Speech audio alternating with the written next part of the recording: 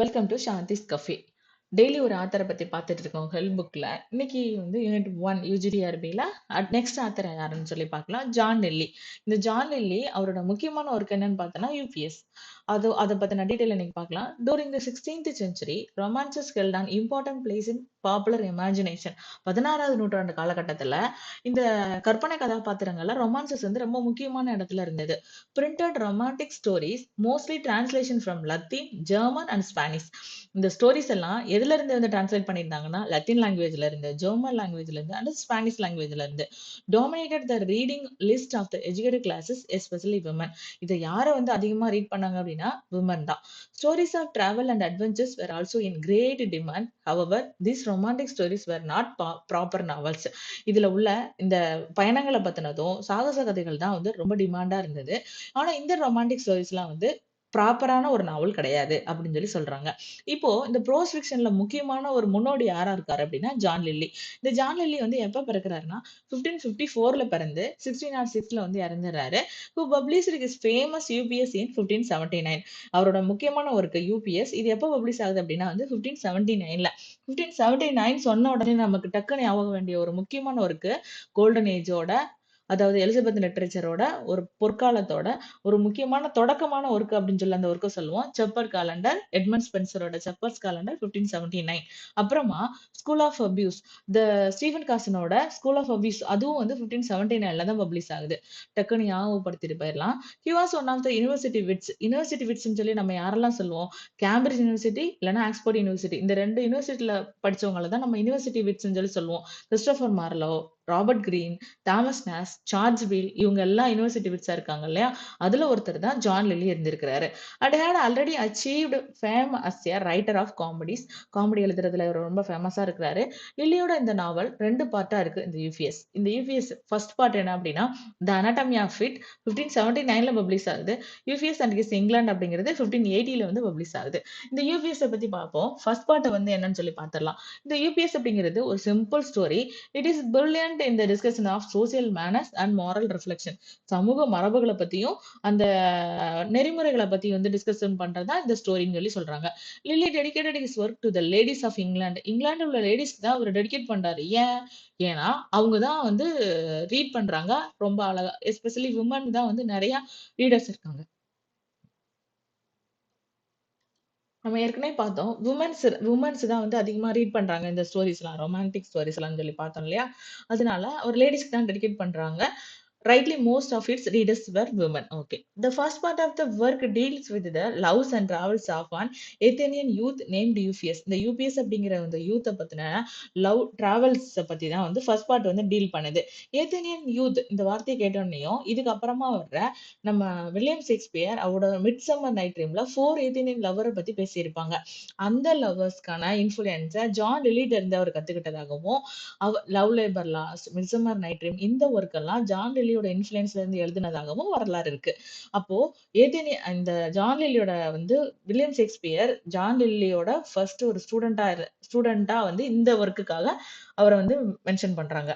He makes the acquaintance of Planthus in Naples, with whom he holds several conversations on philosophical and ethical subject. இப்போ நேபிள்ஸ்ல பிளான்தஸ்னு ஒருத்தர் கூட வந்து இவர் நிறைய பேசுறாங்க. எதை பத்தி பேசுறாங்க அப்படின்னா தத்துவங்களை பத்தியும் எத்திக்கல் சப்ஜெக்ட், அந்த ஒரு ஒரு முக்கியமான ஒழுக்க சம்பந்தமா உள்ள சப்ஜெக்ட பத்தி வந்து பேசுறாங்க. All love affairs come to nothing and at last Euphemus returned to Naples, leaving behind a pamphlet whose purpose is to dissuade Planthus from the company of women. அவர் போகும்போது நேபாள்ஸ்ல இருந்து போகும்போது அட்வைஸ் பண்ணிட்டு போறாரு. ஒரு சின்ன பிரசார துண்டை கொடுத்துட்டு போறாரு. யாருக்கிட்ட அப்படின்னா பிளாந்தஸ் கிட்ட. இந்த உமனோட லவ் எல்லாமே வந்து நம்பாதீங்க அப்படின்னு சொல்லி. It is a sort of love story without action and full of moralizing. இந்த ஸ்டோரி ஒரு வகையான லவ் ஸ்டோரி தான். ஆனா எந்த ஒரு செயல்பாடும் இல்லாம ஆனா நல்லா ஃபுல்லா மாரலா இருக்கு.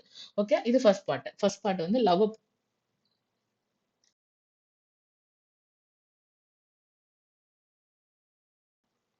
ஃபர்ஸ்ட் பார்ட் வந்து லவ்வ பத்தியும் ஃபர்ஸ்ட் பார்ட் வந்து லவ்வ பத்தியும் டிராவலை பத்தி டீல் பண்ணிருக்கு. செகண்ட் பார்ட் பார்க்கலாம். Second part of the work deals with Euphues visit to England. அவர் இங்கிலாந்துல விசிட் போறதை பத்தி தான் வந்து செகண்ட் பார்ட் வந்து டீல் பண்ணுது. Lyly describe England as a land of plenty and pluses and its people as embodiment of all virtues. இந்த இங்கிலாந்துல உள்ளவங்க ரொம்ப மகிழ்ச்சியாகவும், அப்புறமா வந்து செழிப்பாகவும், ரொம்ப நல்ல குணம் உள்ளவங்களாவும் இருக்காங்க அப்படின்னு சொல்லிட்டு டிஸ்கிரைப் பண்றாரு. Finally, UPS is recalled to Greece and from Athens, he addressed a letter to ladies of Italy and final of advice to Planthus. பிளாந்தஸ்க்கு அட்வைஸ் பண்ற மாதிரி ஒரு லெட்டரை வந்து லேடிஸ்க்கும் பிளாந்தஸ்க்கும் வந்து எழுதிட்டு போறாரு கிரீஸ்ல. In UPS, there is plenty of light-hearted abuse of the superfluities of Elizabethan dress and feminine charms. இவர் எலிசபெத்தன் அந்த விமன்ஸ் ஓட ட்ரெஸ்ஸை பத்தியும் அப்புறமா ஒரு சில விஷயங்களை பத்தியும் அவர் வந்து அபியூஸ் பண்ற மாதிரி, அதாவது குறைபாடோட சொல்றாரு, கேலி செய்றாரு, அவங்களோட அழகெல்லாம் வந்து கேலி செய்றாரு. சில சமயம் செர்பன்ட் சொல்லி சொல்றாரு, ஹேக்ஸ் அப்படின்னு சொல்லி HAGS ஹேக்ஸ், அதாவது அருவருப்பான ஒரு கிழவி மாதிரி இருக்காங்க அப்படின்னு சொல்லி கூட சொல்றாரு. ஆனாலும் இந்த லேடிஸ் வந்து அவர் தப்பா நினைக்கல. ஏன் அப்படின்னா, the ladies of the time flatters by such epithets because there are at the same time lavish compliment to their delicacy, fascination and power in the book. இந்த அவர் வந்து அவங்களோட அந்த கவர்ச்சிய பத்தி, அப்புறமா வந்து மென்மைய பத்தி, அப்புறமா அவங்களோட பவர பத்தி வந்து ரொம்ப காம்ப்ளிமெண்ட் குடுத்ததுனால, அவர் வந்து கேலி செஞ்சது எல்லாத்தையுமே வந்து பெண்கள் மறந்துடுறாங்க. Statement such as "there is no beauty but in England." அழகுங்கிறது எங்கேயுமே இல்ல. மொத்த அழகும் இங்கிலாந்துல தான் குமிஞ்சு கிடக்கு அப்படின்னு சொன்ன உடனேயும், இந்த பெண்கள் அவங்கள கேலி பண்ணது எல்லாத்தையும் மறந்துட்டு சந்தோஷப்பட்டுறாங்க. And compliments to the devotion, bravery, chastity and affections of English women gladdened the hearts of court ladies. இந்த நீதிமன்றத்துல இருந்த பெண்கள் எல்லாம் இந்த இந்த பிரேவரி, டிவோஷன், சாஸ்டிட்டி இந்த வேர்ட்ஸ் எல்லாம் கேட்டோடனே மயங்கிடுறாங்க. உடனே இந்த யூபிஎஸ் அப்படிங்கிற ஒர்க் வந்து இன்ஸ்டன்டா பாப்புலர் ஆயிருது. Lyly's work was largely based on North style of princes. இந்த டயலாக் பிரின்சஸ் அப்படிங்கிற ஒர்க்கை பேஸ் பண்ணி தான் தாமஸ் லில்லி இந்த யூபிஎஸ்ங்கிற ஒர்க்கை எழுதியிருக்காங்க. இந்த டயலாக் பிரின்சஸ் அப்படிங்கிறது தாமஸ் நார்த்தோட ஒரிஜினல் ரிட்டன் அப்படின்னு பார்த்தோன்னா கிடையவே கிடையாது. இவர் வந்து ஒரு ஸ்பானிஷ் ரைட்டரான ஆண்டனியோ டி குவாரா அவர்கிட்ட இருந்து தான் வந்து டிரான்ஸ்லேட் பண்ணி எழுதியிருக்காங்க தாமஸ் நார்த். அந்த தாமஸ் நார்த்தோட டயலாக் பிரின்சஸ் ஒர்க்கை வந்து பேஸ் பண்ணி தான் தாமஸ் லில்லி வந்து ஜான் லில்லி வந்து இவரோட யூபிஎஸ் ஒர்க் எழுதியிருக்கிறாரு. இந்த டயலாக் பிரின்சஸ் எப்போ பப்ளிஷ் ஆகுதுன்னு பாத்தீங்கன்னா 1557 வந்து பப்ளிஷ் ஆகுது டிரான்ஸ்லேட் பண்ணி. அப்போ இந்த 1557 சொன்னோடனே ரிச்சர்ட்ஸோட டோட்டல்ஸ் மிஸ்செலினி அந்த ஒர்க்கு நமக்கு ஞாபகம் வரணும். இது வந்து ஃபுல்லா ஆந்தாலஜி போயம் அது. ஓகேவா? It became a sudden favorite of the ladies who used it the moral handbook, a guide to polite and elegant behavior. இந்த லேடிஸ்க்கெல்லாம் ஒரு ஒரு மாரல் ஹேண்ட்புக்கா, ஒரு கையேடா வந்து யூஸ் பண்றாங்க. அவங்களோட நடத்தைகளை குறிக்கிறதுக்கான ஒரு கோட்பாடு உள்ள ஒரு புக்காவும் இந்த புக்கு மாறுது, இந்த UPS. Okay, then UPS is continued. UVS was its continued fame in its style. அதோட ஸ்டைலே அது ஃபேமஸ் ஆகுது. Lyly was the first stylist in prose and style use is famous work came to be known as Euphuism. Euphuism அப்படின்னு சொல்லிட்டு மாறுது இந்த book அவரோட style use பண்றதை வச்சு.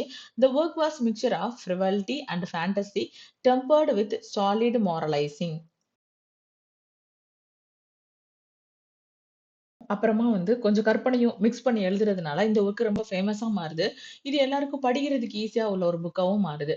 This was agreeable to the general reader. எல்லாரும் ஈஸியா அதை படிக்க ஆரம்பிக்கிறாங்க. Lyly style is marked by the constant use of balanced antithesis. அந்த சொல் முரண்பாடுகளை ரொம்ப அழகா பயன்படுத்தி இருக்கிறாரு. It is again characterised by elaboration and artifice and distinct by the use of alliteration and similar devices. Alliteration அந்த ஒலி குறியீடுகள் இதெல்லாம் வந்து அழகா வந்து சிமிலர் டிவைசஸ் கொண்டு வந்திருக்காங்க இந்த ஒர்க்ல. Another feature of Euphuism is the use of allusion to mythological and historical personage and to natural history. அந்த வரலாற்று காலத்துல உள்ள நபர்களை பத்தின mythological allusions எல்லாம் இதுல ரொம்ப அழகா யூஸ் பண்ணியிருக்கிறாரு. UPS contains several witty turns of speech and aphoristics utterance. அந்த சொல்லாட்சி உள்ள வார்த்தைகள் எல்லாம் ரொம்ப அழகா வந்து பயன்படுத்தியிருக்காங்க. Lyly choose a style eminently suitable for the purpose of giving a realistic and mildly satiric pictures of society and its manner. அதாவது ஒரு சமூக வாழ்க்கையோட நிஜத்தை பத்தியும் கொஞ்சம் கொஞ்சம் அதுல பரிகாச பத்தி இன்க்ளூட் பண்ணி ரொம்ப அழகா வர்ணிக்கிறதுக்கு இந்த லில்லியோட ஸ்டைல் நமக்கு யூஸ்ஃபுல்லா இருக்குன்னு சொல்லி சொல்றாங்க. இப்போ யுடோப்பியா எடுத்துக்கிட்டோம் அப்படின்னா அது முழுக்க முழுக்க ஒரு சட்டைரிக்கல் ஒர்க். ஆனா இந்த ஜான் லில்லியோட இந்த யூபிஎஸ் அப்படிங்கிறது முழுக்க முழுக்க ஒரு சட்டைரிக்கல் ஒர்க் கிடையாது. கொஞ்சம் நிஜ வாழ்க்கையை பத்தியும் கொஞ்சமா ஒரு பரிகாசமும் வந்து இதுல வந்து அவர் பேலன்ஸ் பண்ணி எழுதியிருக்கிறாரு. A major defect in Lily's prose style in his excessive bonus of classical authorities.